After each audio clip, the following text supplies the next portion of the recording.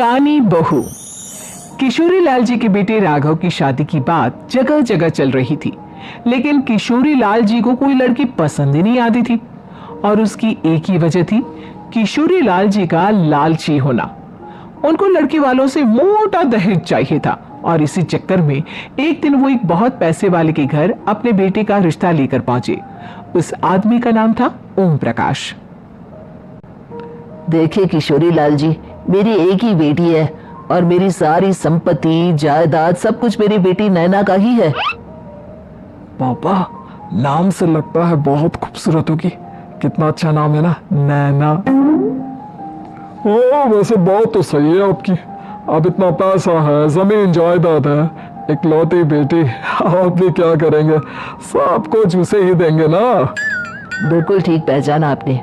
बस बेटी की शादी और सारी जायदाद उसके नाम। पापा, बिना देखे हाँ कर दीजिए ना।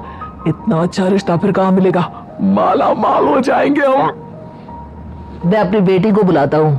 अरे नहीं नहीं नहीं नहीं, आपकी बेटी का नाम नैना है, सुनकर ही लगता है बहुत सुंदर होगी। रहने दीजिए अंकल, मैं तो आपकी बेटी के नाम से ही इतना खुश हो गया हूँ कि उसे बिना देखे शादी करने को तैयार हूँ। अब तो मैं उसका चेहरा सीधे शादी के बाद ही देखूंगा। और इस तरह राघव नैना का चेहरा नहीं देखता और उससे शादी कर लेता है। शादी के बाद अपनी सुहाग रात पर जब राघव नैना का घूंघट उठाकर देखता है तो नैना की आंखें बंद थी। कितनी खूबसूरत हो तुम नैना, जरा अपनी आंखें खोलकर मेरी तरफ देखो तो सही। नहीं, मुझे शर्म आती है। अरे, मैंने तुम्हें शादी से पहले भी नहीं देखा और अब अगर तुम आंखें खोलकर मुझे देखोगे भी नहीं तो मुझे अच्छा कैसे लगेगा? इससे पहले कि नैना अपनी आंखें खोलकर राघव की तरफ देखती, अचानक से लाइट चली गई और राघव नैना को पूरी तरह से देख भी नहीं पाया। अगली सुबह नैना राघव के लिए नाश्ता बनाकर लेकर आई। अरे ये क्या, आधा पराठा सेका हुआ है और आधा बिल्कुल कच्चा। ये तुमने क्या किया नैना? बहू, तुमने क्या आधा पराठा तवे से नीचे लटका कर रखा था जो आधा सेका है और आधा कच्चा? मुझे जितना दिखेगा उतना ही तो सीखूंगी ना पापा जी। जहां जहां मुझे नजर आ रहा था वहां मैंने सीख लिया, जहां जहां नहीं दिखा वहां कच्चा रह गया होगा। इसका क्या मतलब है? ये कैसा मजाक कर रही है तुम? अरे बहू, तुमने इतना लंबा घूंघट क्यों लगाया हुआ है? देखो, हमारे घर में बहुओं को बेटी की तरह रखा जाता है और फिर तुम तो इतना सारा माल लेकर आई हो। देखो, ये घूंघट डालकर रखने की कोई जरूरत नहीं है। हाँ नैना, पापा जी ठीक कह रहा है, तुम तो आराम से रहो, अपना ही घर समझो। नैना अचानक से अपना घूंघट उठा लेती है।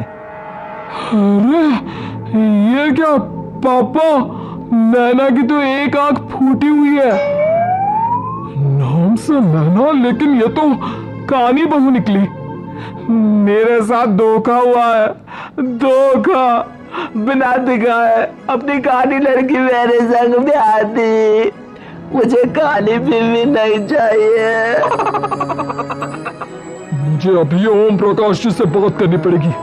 आखिर उन्होंने मेरे साथ ऐसा किया क्यों? अरे, आप लोगों ने ही तो पापा से कहा था कि आप लोग शादी से पहले मुझे देखना नहीं चाहते। अब मेरे पापा पर क्यों इल्जाम लगा रहे हैं? अरे लेकिन उन्हें बताना तो चाहिए था ना कि तुम कानी हो, एक आंख से तुम्हें दिखाई नहीं देता। किशोरी लाल और राघव नाराज होकर ओम प्रकाश को अपने घर बुलाते हैं। पापा जी, ये आपने क्या किया? शादी से पहले बताया क्यों नहीं कि नैना की आंखों में परेशानी है? अरे आप ही ने तो लड़की देखने से मना कर दिया था। और लेकिन आप बता तो सकते थे। आपको तो हमारी बेटी की प्रॉपर्टी चाहिए थी, वो भी पूरी की पूरी। अब क्या हुआ अगर उसे आधा दिखाई देता है? प्रॉपर्टी तो आपको पूरी मिल गई ना। अरे ये क्या बात हुई? मेरी शादी प्रॉपर्टी से नहीं, आपकी बेटी से हुई है। अब ये तो पहले सोचना चाहिए था, तब तो मेरी प्रॉपर्टी देखकर तुम्हारी जुबान लप लपा रही थी। लेकिन मैं कानी लड़की को अपनी बीवी बनाकर नहीं रख सकता। पापा, कुछ करिए ना आप। हाँ, करता हूँ। देखिए ओम प्रकाश जी, आप हमारे साथ ऐसा नहीं कर सकते। और तुम देखो, अगर तुमने मेरी बेटी से शादी तोड़ी ना, तो जो भी प्रॉपर्टी मैंने तुम्हें दी है वो तो पूरी की पूरी वापस ले ही लूंगा, और आधी प्रॉपर्टी तुम्हारी भी लूंगा। अरे मेरी आधी प्रॉपर्टी भला क्यों लेंगे आप? इसलिए क्योंकि मेरी बेटी को आधा नजर आता है और उसकी नजर अभी तक तुम्हारी आधी जायदाद पर ही पड़ी है। अब तुम उसे घर से निकालोगे तो कुछ तो लेकर जाएगी ना। और अगर हम आपकी बेटी को अपने घर की बहू बनाकर रखे तो? तो तुम्हारी पूरी प्रॉपर्टी तुम्हारी ही रहेगी, और जो मैंने तुम्हें दिया है ना, उसमें से बस मैं आधा लेकर जाऊंगा। अरे लेकिन अब आप अपनी दी हुई प्रॉपर्टी में से आधी वापस क्यों लेकर जाएंगे? अगर मैं आपकी बेटी को अपनी पत्नी बनाकर रखने को तैयार हूं तो? इसलिए ताकि भविष्य में अगर तुम मेरी बेटी को धोखा दो तो उसके पास कुछ तो रहे जो पति का हो। वैसे मेरे पास तो बहुत कुछ है, लेकिन अपने पति की कोई निशानी तो उसके पास होनी चाहिए ना। अब अगर तुमने मेरी बेटी को कहानी कहा तो तुम्हें प्रॉपर्टी भी कहानी ही मिलेगी, पूरी नहीं। जमाए राजा। किशोरी लाल और राघव समझ चुके थे कि वो बुरी तरह फंस चुके हैं और अब उनके पास वहां से निकलने का कोई चारा नहीं है। अब समझ में आया ना, लालच बुरी बला होती है। एक तो तुम्हें प्रॉपर्टी मिली, ऊपर से बीवी मिली, उसमें तुम्हें नखरे भी दिखाने हैं। आए बड़े, चुपचाप बैठो। कुछ दिनों के बाद नैना राघव की कार लेकर बाजार घूमने निकलती है और जब कार लेकर वापस आती है, ये क्या? एक तरफ से मेरी गाड़ी पूरी खराब हो चुकी है। लगता है तुमने मेरी गाड़ी को किसी दूसरी गाड़ी के साथ एक्सीडेंट किया है। अरे कितना बड़ा नुकसान कर दिया तुमने बहू। वो क्या है ना पापा जी, मुझे एक आंख से दिखाई नहीं दे रहा था, सामने से गाड़ी आ रही थी। मुझे तो सिर्फ आधा ही दिखाई दिया और वो गाड़ी मेरी कार से रगड़ती हुई निकल गई। अब मैं क्या करूं बताओ? आप इसे ठीक कराने के पैसे कौन देगा? तुम्हारे पापा? तुमने मुझसे इस तरह से बात की? अभी रुको। नैना राघव की शिकायत ओम प्रकाश को कर देती है। देखो राघव, अब जो मेरी आधी प्रॉपर्टी तुम्हारे पास थी ना, उसमें से आधी और मैं लेकर जाऊंगा, क्योंकि तुमने मेरी बेटी को डांटा। अरे नहीं पापा जी, गलती हो गई, माफ कर दो।